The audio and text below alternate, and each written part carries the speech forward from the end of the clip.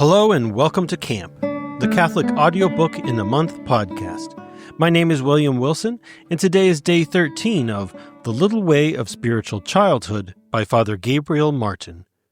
I will be reading Chapter 5, Section 2, and the beginning of Section 3. In the paperback, that's page 49 through 53.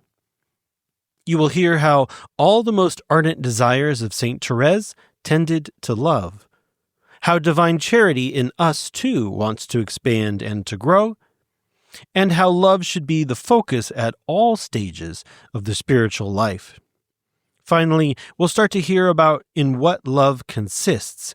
We're going to hear the first part, which is seeking to give pleasure to God. Let's get started.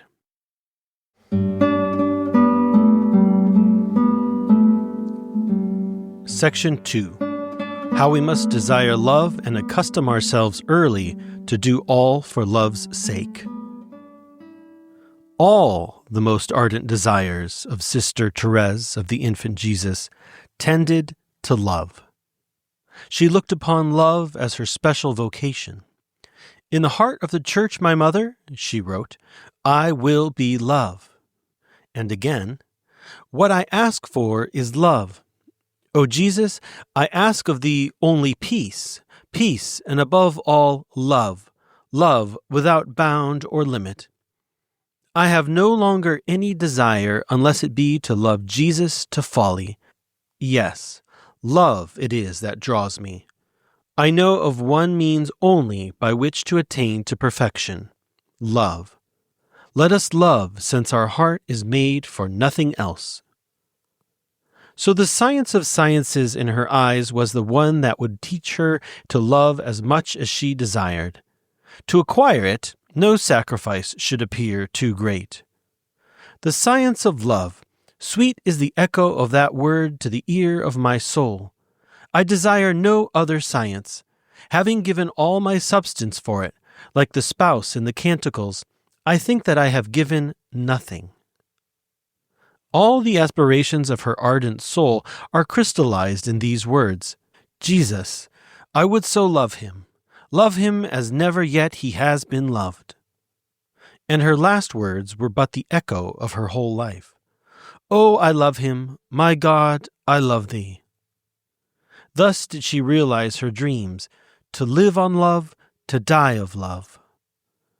At the close of her short life, reflecting on the graces with which she had been loaded, Sister Thérèse of the Infant Jesus cried out, "O my God, thy love has gone before me even from my childhood. It has grown with my growth, and now it is an abyss the depths of which I cannot fathom." Deposited in the soul of each of us, like a mysterious germ on the day of our baptism, divine charity in us too wants only to expand and to grow. And how much is it not to be desired that its development be encouraged from our earliest years? Happy the child whom a prudent and Christian mother early teaches to develop that germ and to turn that great treasure to account by accustoming him to obey, to pray, and to be charitable, to make little sacrifices for the love of the good God. Happy child of a happy mother.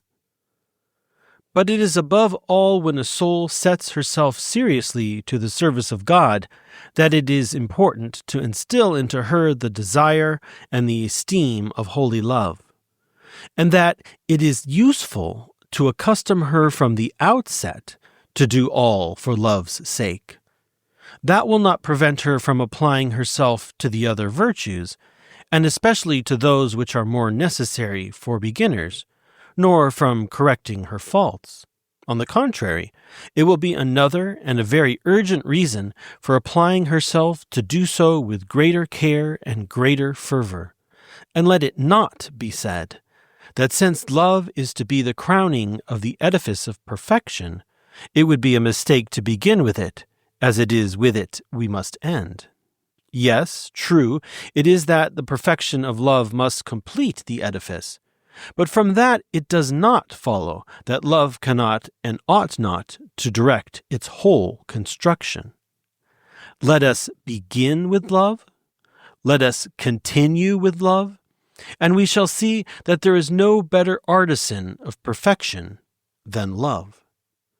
None builds more quickly, none more solidly, none more majestically, none more beautifully, because love makes all things light and easy, and because to him that loveth, as St. Augustine remarks, nothing is hard, or, if something be hard, love rejoices for that, and labors all the more earnestly on account of it.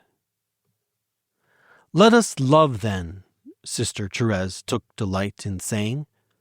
Let us love, since our heart is made for nothing else. Let us love, and, whatever degree of the spiritual life we may have attained to, let us not hesitate to enter on the way of love, to value, to desire, and to ask for love above all. And the good God, in giving us this gift, will give us grace to understand it. For we may misunderstand it, but on this point also Sister Thérèse will serve as our guide, and her way is sure. Following her, we err not. Section 3. In what consists the exercise of love? How then in practice did Saint Thérèse understand love? 1. Always to seek to give pleasure to the good God. It seems to us that we may sum up what she has said of it in this formula. To love is to be always occupied in giving pleasure to the good God, and for that to profit by the least opportunities, and to put all the refinement and generosity of which we are capable into those little gifts of love which we offer to Him continually. She explained it as clearly as possible in the following words towards the end of her life. I have ever remained little, having no other occupation except to gather flowers, the flowers of love and of sacrifice, and to offer them to the good God for His pleasure. This watchful care to give pleasure to the good God animated her constantly, even in the least actions, dominating the other supernatural motives, excluding all motive of personal interest.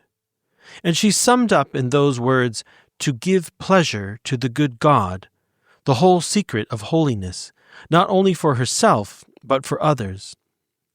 If you wish to become a saint, she wrote to one of her sisters, that will be easy for you. Have but one end only, to give pleasure to Jesus. The matter is well worthy of notice, and whoever wishes to walk in the little way of love ought to pay great attention to it. But the means of giving pleasure, of always giving pleasure to the good God, where are they?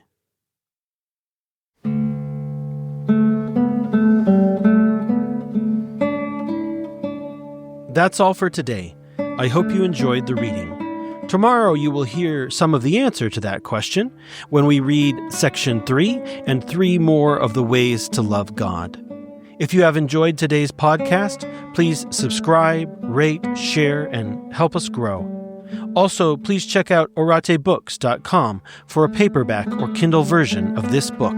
That's oratebooks.com. To learn more about us and for past episodes, please visit camp.fm. Thanks for listening, and I'll see you tomorrow.